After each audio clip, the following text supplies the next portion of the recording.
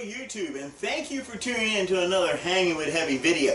Today we're going to be making barbecue sauce, and this is my basic barbecue sauce that I make for all my meats that I do. Just by changing a few basic ingredients, I can modify my sauce for chicken or beef or pork or whatever really I want to do, a goat maybe. I will say this, barbecue sauce should never cover up pork barbecue. A lot of people think that you can make a sauce and put it on pork barbecue and have something. That's not true. You got to take your time with sauce. So, let's go ahead and get started with Hervé as we make some barbecue sauce today. What I like to do is I like to add all my ingredients into a dry bowl before I add them into my sauce pot. So first things first, I'm going to start with a little bit of black pepper. And I don't measure much, so I'm going to put in about a teaspoon of black pepper. I'm going to add some crushed red pepper. Now, I don't mind telling you, ladies and gentlemen, boys and girls YouTube, if you like it spicy, you can add a little bit more crushed red pepper. But as for me and mine, well, we like it somewhat spicy, so I'm going to add about 2 tablespoons of crushed red pepper. Then we're going to add a little bit of chili powder. Now, a lot of people mistake chili powder as having a lot of heat.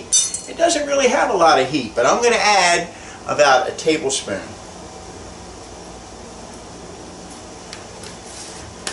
Next, I'm going to add some onion powder. Now, you probably wondered, Heavy, why don't you just use an onion?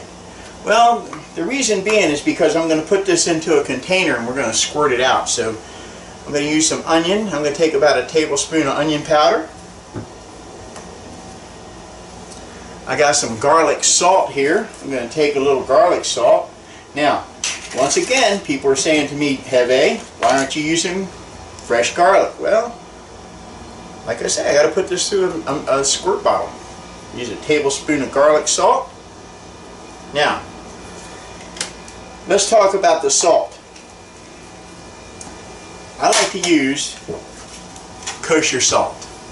That's what I'm using here. I'm using coarse kosher salt. And the reason being is because if you use like table salt, it's so fine that there's a tendency to oversalt. So we're going to use a couple tablespoons of salt. So now I've got all my dry ingredients into one bowl. I'm going to take into my pot, and I'm going to be using this particular pot to make my sauce in. So I'm going to start off with a little apple cider vinegar. Now, I like to use twice as much tomato ketchup as vinegar. So I'm using this much vinegar. Dump that right into my pot. And you know, if you've got a pot, you put this vinegar in there with the tomato sauce, it's going to come clean pretty quick, I don't mind telling you. Okay, my vinegar. Now, I'm going to add 76 ounces of tomato ketchup. Just plain tomato ketchup. And I'm going to save the jar that it came in because that's how I'm going to serve the sauce. Put that right in there.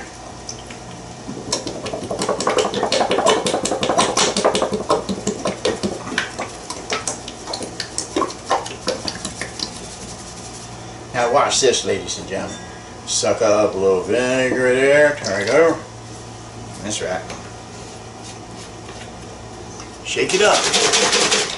Pour it back in there. You paid for it. You want to get it.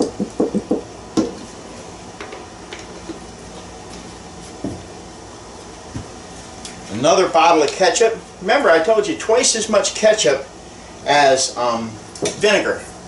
You don't want it to be so much that it makes your jaw drop out. You know, vinegar can be kind of tart.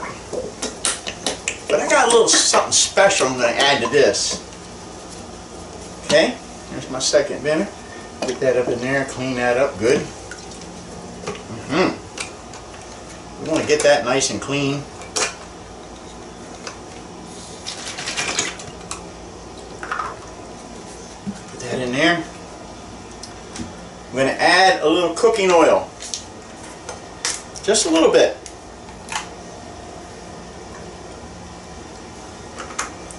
Things kind of settle around. Now, let's give that a good stir.